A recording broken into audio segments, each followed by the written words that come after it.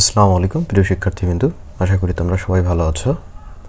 আমাদের এডুজবস পোর্টাল চ্যানেলের পক্ষ থেকে তোমাদের সবাইকে জানাচ্ছি আন্তরিক শুভেচ্ছা, অভিনন্দন। আমরা গত পর্বে ইউনিট 2 লেসন 1 নিয়ে আলোচনা করেছিলাম। তো আজকের এই ভিডিওতে আমরা লেসন 2 কাইন্ডস অফ ফুডস নিয়ে আলোচনা করব। তো প্রিয় শিক্ষার্থী বন্ধুরা, তোমরা যারা আমার চ্যানেলে নতুন তারা অবশ্যই চ্যানেলটা সাবস্ক্রাইব করে দিও। তো আজকে আমরা শুরু করব ইউনিট 2 এর লেসন 2 নিয়ে। তো শুরুতে দেখো এই লেসন 2 এটার শিরোনাম হচ্ছে কাইন্ডস অফ ফুডস, খাবারের ধরন। এখানে কিওয়ার্ডস দেয়া আছে কার্বোহাইড্রেট, প্রোটিন, ভিটামিন, মিনারেলস। এই number activity like activity or passage. তো এখানে বলা আছে listen to the teacher or CD and answer the following questions. অর্থাৎ এখানে বলা আছে যে তোমাদের শিক্ষক অথবা কোনো সিডির মাধ্যমে তোমরা এই যে টেক্সট যেটা আছে এটা শোনো এবং তারপরে নিচের প্রশ্নগুলোর উত্তর দাও। তো এটা মূলত একটা তোমাদের হচ্ছে লিসেনিং টেস্ট। তো আমরা জানি যে কোনো ভাষাকে শিখতে গেলে সেই ভাষার উপর 4টা জিনিসের উপরে মূলত দখল থাকতে হয়। ফার্স্ট ওয়ান হচ্ছে লিসেনিং, অর্থাৎ মানুষ শোনার মাধ্যমে আগে ভাষা শিখে। কল্পনা করো যে আমরা যখন ছোট ছিলাম তখন আমরা ভাষা কিভাবে শিখেছি? আমরা মূলত শিখেছিলাম ভাষা শুনে শুনে। তখন আমরা বলতে পারি না, কিন্তু আমরা বুঝতে পারি। আমরা আমাদের পিতামাতা, আত্মীয় স্বজন বা ফ্যামিলি মেম্বার্স আদার্সদের কাছ থেকে আমরা হচ্ছে শুনতাম যে এটা কলম, এটা বল, এটা চকলেট। এরপর থেকেই আমাদের এই ভাষাগত যোগ্যতা তৈরি হয়েছে। তো প্রথমে আসে হচ্ছে লিসেনিং স্কিল, এরপরে আসে হচ্ছে স্পিকিং, অর্থাৎ ভাষা শুধু শুনলেই হবে না, ভাষাকে বলতে হবে। এরপরে দুটো অ্যাডভান্স স্কিল রয়েছে, একটা হচ্ছে রিডিং, রাইটিং। তো কারো যদি অ্যাডভান্স স্কিল দুটো না থাকে, অর্থাৎ রিডিং এবং রাইটিং স্কিল না থাকলেও কিন্তু তিনি ভাষার উপরে দক্ষতা অর্জন করতে পারবেন কিংবা কথা বলতে পারবেন। বাট লিসনিং এবং স্পিকিং এই দুটো হচ্ছে ম্যান্ডেটরি, এই দুটো থাকতেই হবে। এখন কথা হচ্ছে যে এখানে আমাদের লিসেনিং যে টেস্টটা দেয়া আছে, তো বইয়ে তো সেটা থাকবে না। বইয়ে যেটা আছে সেটা হচ্ছে রিডিং টেক্সট আকারে। তো এটা আমাদের টিচারকে জিজ্ঞেস করতে হবে। তার কাছে অবশ্যই সিডি থাকবেনই, যদি মাল্টিমিডিয়ার সুযোগ থাকে তো আমাদের ক্লাসরুমে, তাহলে অবশ্যই তিনি সিডির মাধ্যমে প্লে করে শোনাবেন। আর যদি সিডি যদি না থাকে সেক্ষেত্রে টিচার নিজে নিজেই এই টেক্সটটা তোমাদেরকে পড়ে শোনাবেন। এরপরে শোনার পরে তোমাদেরকে নিচের প্রশ্নগুলোর উত্তর দিতে হবে। তো আজকে আমরা এখানকার অ্যাক্টিভিটি নিয়ে এগুলো আলোচনা করব। তো দেখো প্রিয় শিক্ষার্থীরা, যে এখানে বেশ কিছু কিওয়ার্ডস আমরা যদি বাংলা অর্থ সহ দেখার চেষ্টা করি। কার্বোহাইড্রেট, কার্বোহাইড্রেট মানে হচ্ছে শর্করা বা শ্বেতসার। প্রোটিন, এই প্রোটিন মানে হচ্ছে এটা প্রোটিন এবং কখনো কখনো এটাকে আমরা বাংলায় আমিষ হিসাবেও জানি। তাহলে বাংলায় কী হিসেবে জানি আমরা? আমিষ।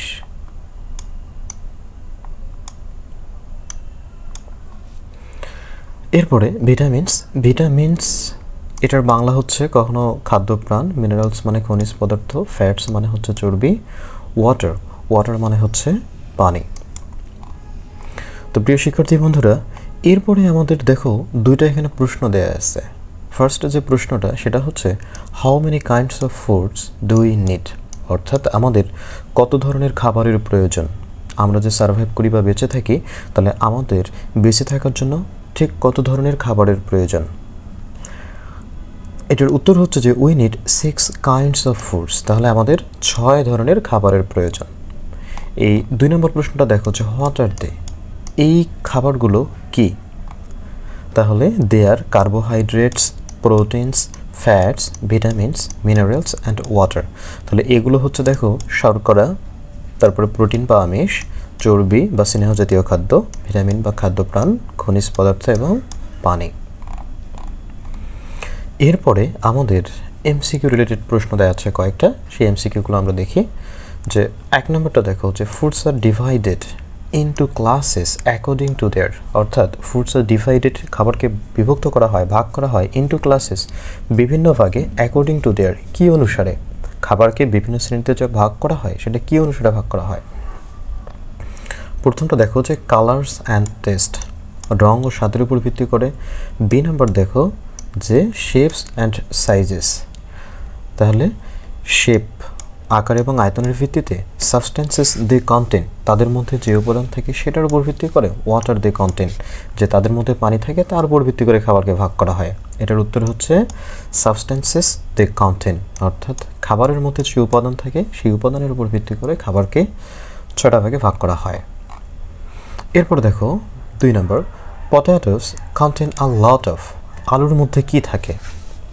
আলুর মধ্যে থাকে কার্বোহাইড্রেট, শর্করা, প্রোটিন, ভিটামিনস, মিনারেলস। তো আলুর মধ্যে থাকে মূলত হচ্ছে কার্বোহাইড্রেট বা শর্করা। এখন এই কার্বোহাইড্রেট বা শর্করা জাতীয় খাবার আমরা চিনব কীভাবে? এটার সহজ একটা উপায় হচ্ছে যে আমরা যদি মানুষের প্রধান খাবারগুলো বিবেচনা করি, যেমন আমরা যারা বাংলাদেশে থাকি বা ইন্ডিয়ান সাবকন্টিনেন্টে থাকি কিংবা এশিয়া মহাদেশে যারা থাকি, আমাদের প্রধান খাবার হচ্ছে ভাত বা চাল। আবার মিডল ইস্ট বা মধ্যপ্রাচ্যের বেশ কিছু দেশের প্রধান খাবার হচ্ছে রুটি। আমরা যেমন ভাত খাই তারা রুটি খায়। আবার আয়ারল্যান্ড, নেদারল্যান্ডের মতো দেশের সেখানকার প্রধান খাবার বা স্টেবল ফুড হচ্ছে আলু। আমরা যেমন ভাত খাই তারা আলু খেয়ে বেঁচে থাকে। নাম্বার 3 দেখো যে বাটার অ্যান্ড ঘি, তাহলে বাটার মানে হচ্ছে মাখন, ঘি আর গুড সোর্স অফ, তাহলে মাখন এবং ঘি এগুলো কিসের ভালো উৎস?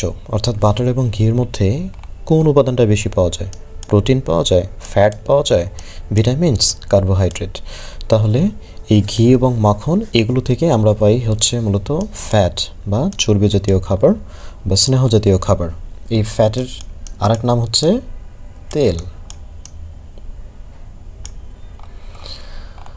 ওকে, নাম্বার 4 দেখো যে minerals are present in, minerals তাহলে খনিজ লবণ কিসের মধ্যে থাকে? নাটস, বাদামের মধ্যে থাকে, পিস, মটরশুঁটির মধ্যে থাকে, মিল্ক, দুধের মধ্যে থাকে, ওয়াটার, পানি।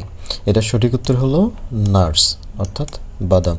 তাহলে বাদামের মধ্যে বেশি মিনারেলস বা খনিজ পদার্থ পাওয়া যায়। তাহলে এই বাদামের মধ্যে মূলত থাকে হচ্ছে যে ম্যাগনেসিয়াম এবং ক্যালসিয়াম।